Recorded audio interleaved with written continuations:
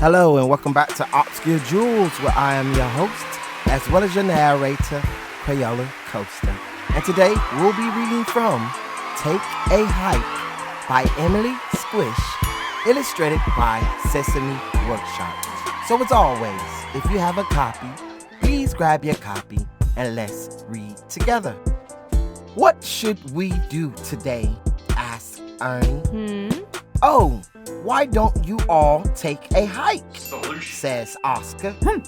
Zoe says yes.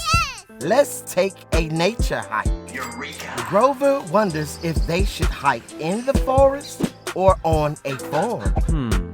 We could take a nature hike right here on Sesame Street, says Zoe. Aw, who needs nature? Growls Oscar. Go on, scram. Excuse me? How will we find nature on Sesame Street? Asked Grover. Look at the ivy on these doors, says Ernie.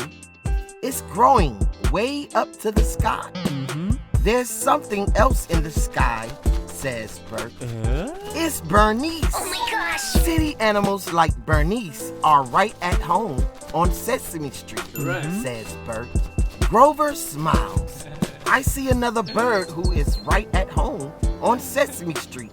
Say cheese. Sesame Street may not be a forest, says Grover, but it has beautiful trees.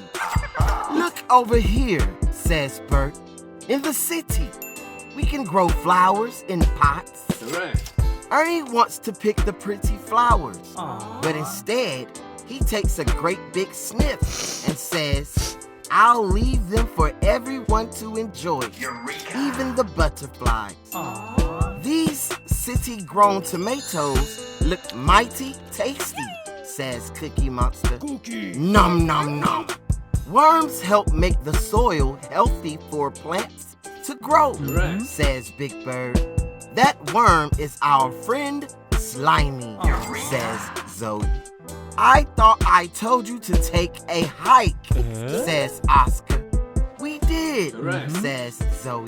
We followed nature up and down Sesame Street, right back here, to you. The end.